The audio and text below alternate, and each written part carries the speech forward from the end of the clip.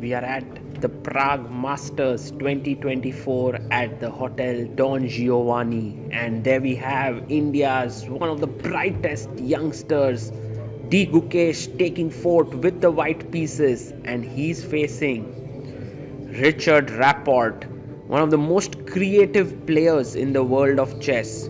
Gukesh comes to his board, he adjusts himself, he's wearing a Waka jacket. The West Bridge is the company that sponsors him, supports him, and Rauzer Rapport is here. Right now, Richard's rating is down to 2717, but at some point he was right up there, 2770, 2780, fantastic chess player. And a shake of hands, Gukesh will begin, and he starts off with 1 e4. What is Rapport going to play? My guess is the Sicilian. Knowing that how aggressive Rapport is, I think he would want to go for the throat.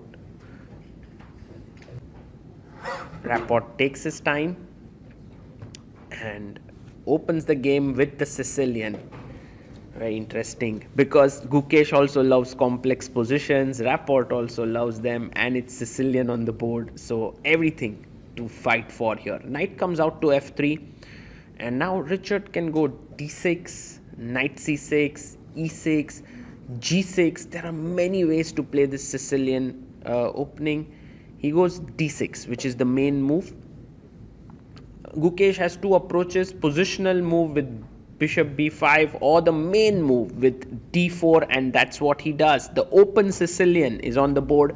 Pawn takes pawn, and now knight takes pawn, very likely. So we are going to watch a open Sicilian game, which could be theoretical, and generally through this move order we see the Najdorf happening. Knight c3, and the Najdorf starts with the move a6, but Richard plays his knight to c6, so the classical Sicilian is on the board, and it's the most logical move on the board, because you put your knight out, you develop it, but Gukesh goes for bishop g5. This is known as the Rauzer variation inside the classical. Bishop g5, and you want to quickly develop queen d2, long castle, and start pushing your f-pawn. That's how the game goes. Queen d2 is played by Gukesh. Meanwhile, black is playing within his territory. These moves, bishop d7, a6, e6, are very common in this system. Gukesh castles it out. He is getting ready for a big fight here. He brings his king to c1, and Richard plays his pawn to e6.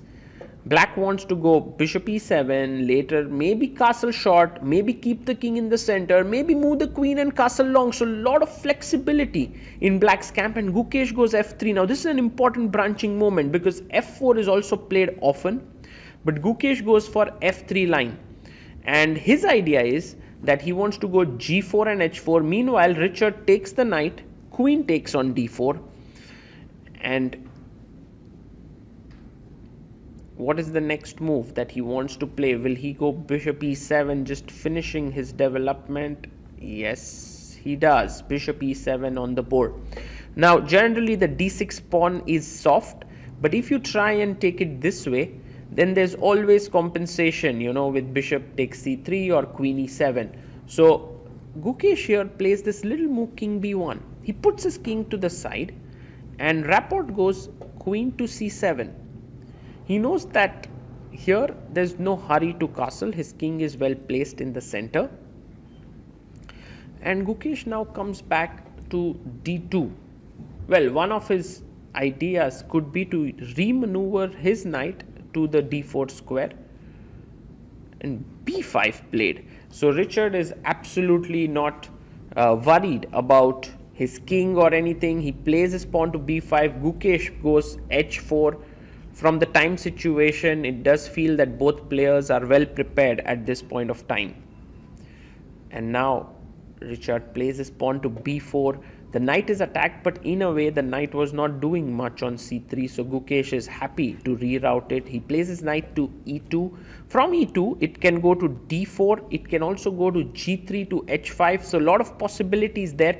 a5 played, so black is actually playing very quickly. He wants to play a4 a3 or a4 b3. All of these possibilities exist. Whoa, Gukesh goes for c4, and his point is, if you go here and take it, I have e5, fantastic move, and if you take here, then eventually your bishop is hanging. So that's the reason why you can't take the pawn. e5 played here by Rapport, trying to stop white's e5 ideas, but then he does weaken the d5 square, and Gukesh's knight goes to g3. He's looking at this square, but also looking to take and then put his knight here.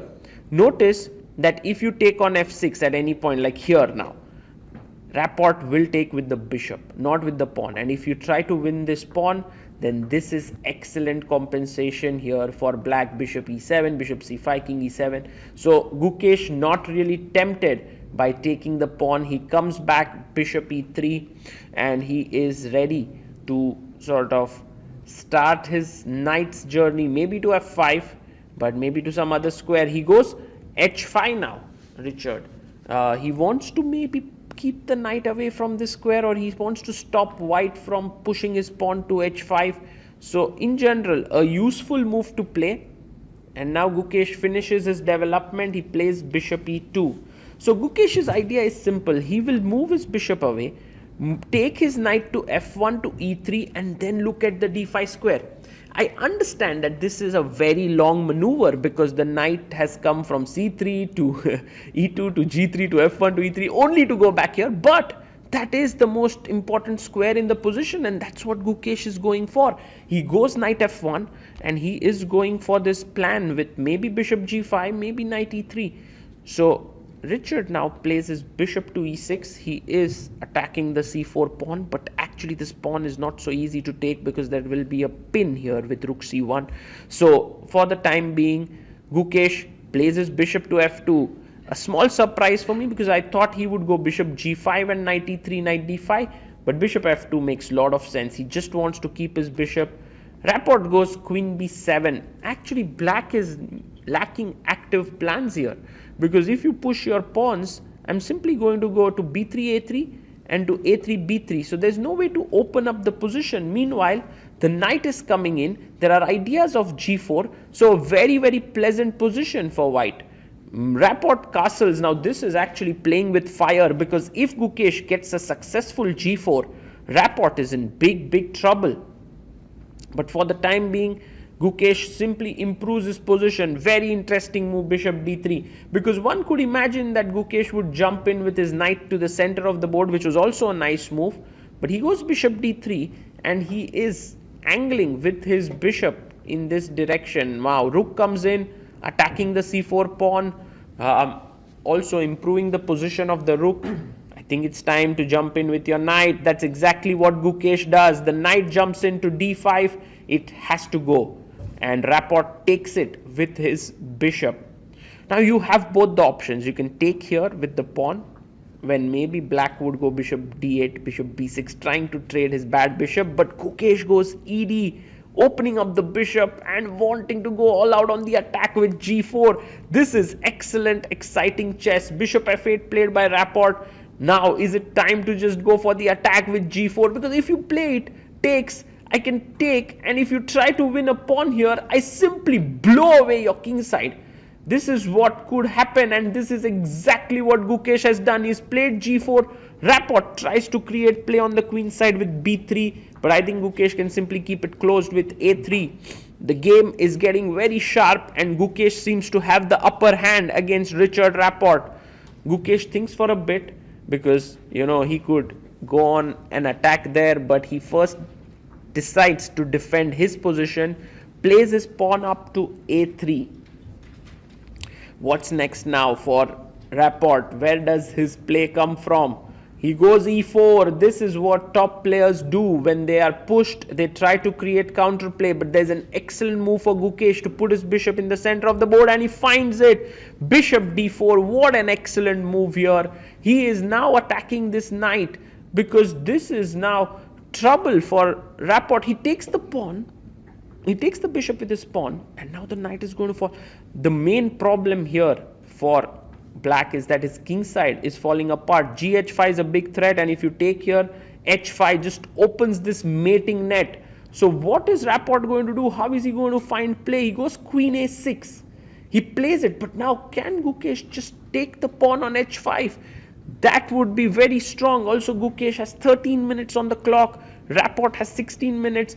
Gukesh now takes it. He takes the pawn, and clearly Richard has to be careful. One thing is that you can take this pawn. Of course, you don't want to take this. That just leads to a mate after queen g5. So he goes queen takes c4, and he's threatening this check. Now, a very strong move is king a1. Because if you come here, I can go queen e3. But Gukesh makes a bad move. He takes the pawn on d3. And after this, the position is just equal. The thing is, you don't want to trade the queens here.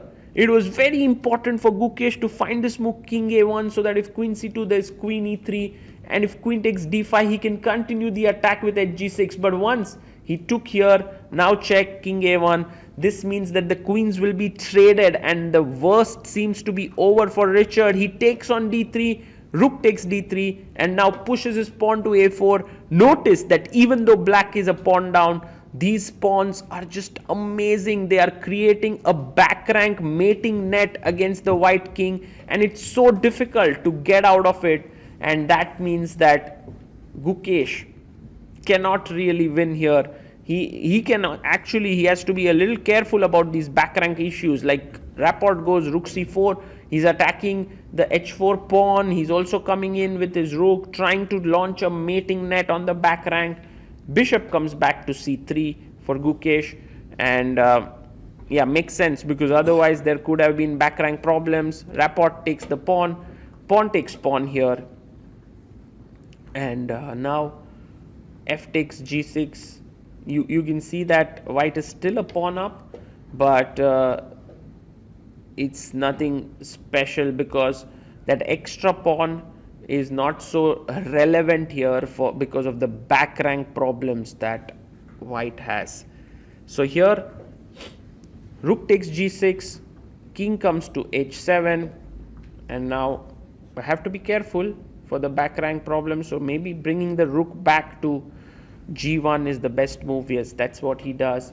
And now I think Rapport can play his rook to e8 to just come in to e1, and that could be his idea here. No, he goes bishop h6. Rapport is a world-class GM, and he absolutely understands here that the worst is over. Gukesh does take the open file here and tries to maybe create some kind of play with his rook.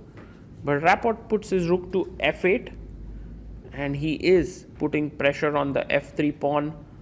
Rook comes into e7 with a check, and now the king can simply move away.